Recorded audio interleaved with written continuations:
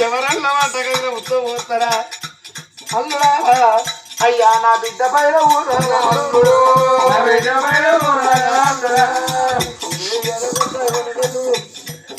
అయ్యో మరి కప్పుడు కడిగలేదు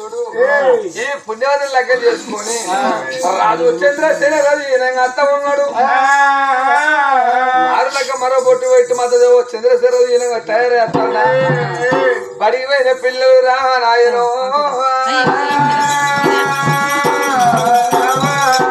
అరబంతి రాజు పూబంతి రాజు బిడ్డ చాబంతి రాని రోజు బడికి పోయి పిల్లలు అచ్చవరలో కన్న తండ్రి ఒక వంట శాఖలు చేసి పెట్టినోడా బడి బంధు కావంగానే